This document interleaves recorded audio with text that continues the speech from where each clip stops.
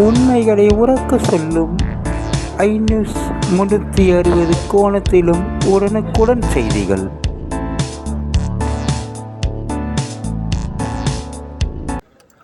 SIR என்று சொல்லப்படுகின்ற special intensive revision வாக்காளர் பட்டியலை தூய்மைப்படுத்துவதற்காக, சரியாக அதை உருவாக்குவதற்காக நடைபெறுகின்ற பணி தேர்தல் ஆணையம் இன்று துவங்கப்பட்டிருக்கிறது. இன்று முதல் தமிழகத்தில் 1 மாத காலத்திற்கு ஒவ்வொரு வீட்டிற்கும் 3 முறை தேர்தல் கமிஷனால் நியமிக்கப்பட்ட பூத் அளவிற்கு இருக்கின்ற அதிகாரிகள் வீட்டிற்கு வருவார்கள். அவர்களோடு இணைந்து அங்கீகாரம் பெற்ற அரசியல் கட்சிகளுடைய அந்த பூத் கமிட்டியினுடைய முகவர்கள் வருவார்கள். இவர்களிடம் புதிதாக இணைக்கக்கூடிய வாக்காளர்களுடைய படிவங்களையும் கொடுக்கலாம்.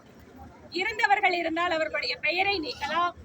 வீடு மாறி சென்றிருந்தால், வேறு மாவட்டம் மாநிலம் மாறி சென்றிருந்தால் அதற்குரிய தகவலையும் கொடுத்து எந்த இடத்தில் நாம் இருக்க வேண்டுமோ விருப்பப்படுகிறோமோ அந்த இடத்தில் தகுந்த ஆவணங்களோடு வாக்காளராக பதிவு செய்து கொள்ளலாம். இந்த பணிகளை மேற்கொள்வதற்கு தேர்தல் கமிஷனுடைய அலுவலர்கள் மட்டும் போதாது. உலகத்திலேயே மிகப்பெரிய ஜனநாயக நாடு, அதிகமான வாக்காளர்களை கொண்டிருக்கக்கூடிய நாடு.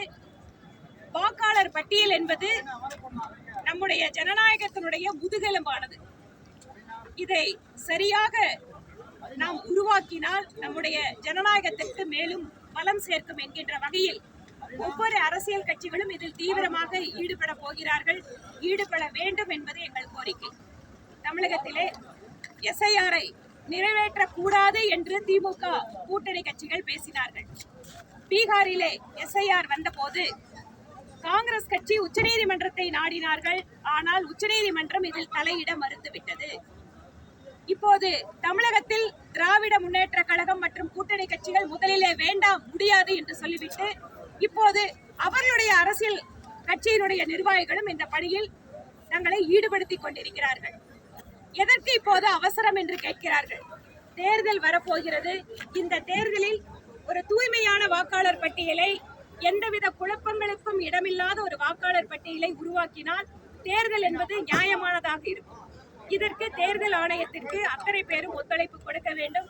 இதற்கு முரண்டு பிடிப்பதோ அல்லது ஒத்துழைப்பு கொடுக்காமல் இருப்பதோ, அரசாங்க மட்டத்தில் வேண்டிய உதவிகளை செய்யாமல் இருப்பதோ அரசியலமைப்பு சட்டத்திற்கு எதிரானது. இதை மனதில் வைத்துக் கொண்டு இங்கு இருக்கக்கூடிய தமிழக அரசு தங்களுடைய சித்தாந்தங்கள் என்னவாக இருந்தாலும் அதை ஒதுக்கி வைத்துவிட்டு தேர்தல் ஆணையத்திற்கு தகுந்த ஒத்துழைப்பை கொடுக்க வேண்டும் எனவும் கேட்டுக்கொள்கிறோம். இன்று எங்களுடைய சட்டமன்ற தொகுதிக்கு பொறுப்பாளர்கள் நியமிக்கப்பட்டு அவர்களுக்கான பயிற்சி முகாம் சென்னையில் நடைபெற்று முடிந்திருக்கிறது.